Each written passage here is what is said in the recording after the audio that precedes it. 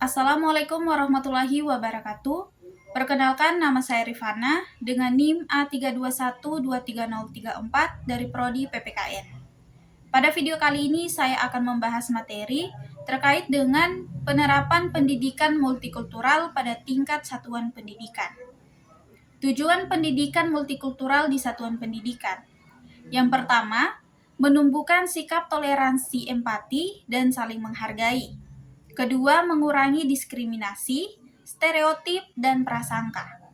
Ketiga, membentuk peserta didik yang memiliki wawasan kebangsaan, namun tetap menghormati perbedaan. Dan yang terakhir, membekali siswa dengan keterampilan sosial untuk hidup harmonis dalam masyarakat yang majemuk. Kemudian ada prinsip-prinsip pendidikan multikultural. Yang pertama, ada inklusivitas. Semua peserta didik mendapat kesempatan yang sama dalam setiap aspek pendidikan tanpa terkecuali. Kedua, demokratis. Memberikan ruang bagi kebebasan berpendapat dan berekspresi dengan cara yang santun dan bertanggung jawab. Kemudian ada humanis, yaitu menghargai martabat setiap individu sebagai manusia seutuhnya, menjunjung tinggi nilai-nilai kemanusiaan. Dan yang terakhir ada keadilan. Memastikan tidak ada diskriminasi dalam penyediaan layanan pendidikan serta perlakuan terhadap siswa. Selanjutnya, bentuk penerapan di tingkat satuan pendidikan. Yang pertama, kurikulum dan mata pelajaran. Kedua, penerapan pendidikan multikultural pada proses pembelajaran. Dan yang terakhir, penerapan pendidikan multikultural dalam budaya dan lingkungan sekolah. Nah, adapun kesimpulan dari materi ini, penerapan pendidikan multikultural di satuan pendidikan adalah sebuah keharusan, bukan pilihan.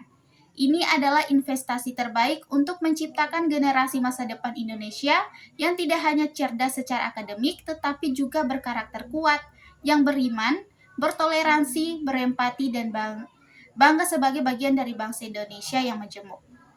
Penerapannya membutuhkan komitmen bersama dari seluruh pemangku kepentingan di sekolah untuk menciptakan ekosistem belajar yang inklusif, adil, dan membanggakan keberagaman.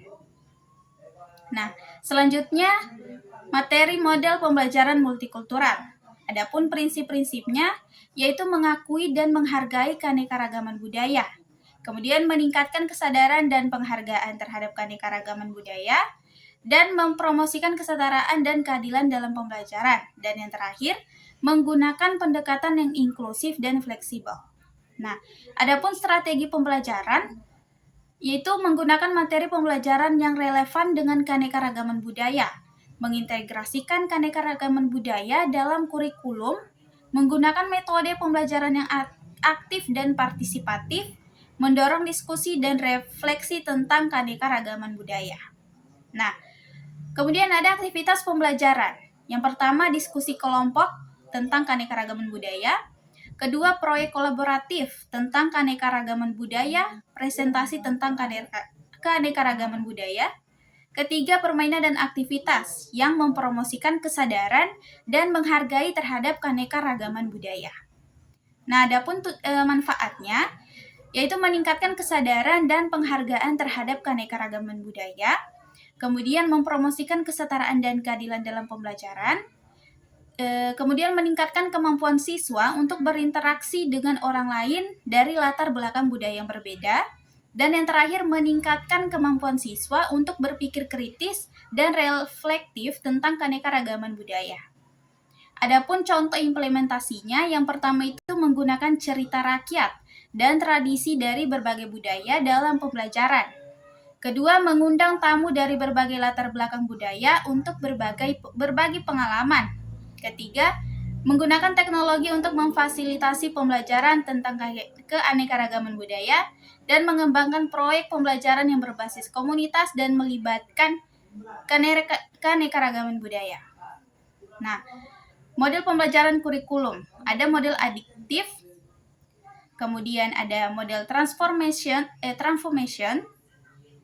kemudian ada model decision making and social action, dan ada model integratif, yaitu memasukkan nilai multikultural ke seluruh pelajaran.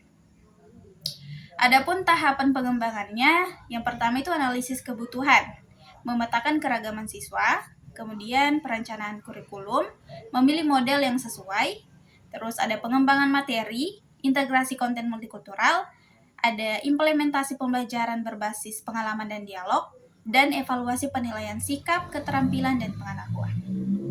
Nah, contoh implementasinya ini, yang pertama itu IPS, studi kasus keragaman budaya Nusantara, ada bahasa Indonesia, teks multikultural, kemudian seni budaya, praktik kesenian lokal, terus proyek kolaboratif lintas budaya. Nah, adapun tantangannya ini, yang pertama itu resistensi terhadap perubahan, kedua keterbatasan sumber daya dan bahan ajar, dan yang ketiga itu stereotip dan prasangka di lingkungan sekolah.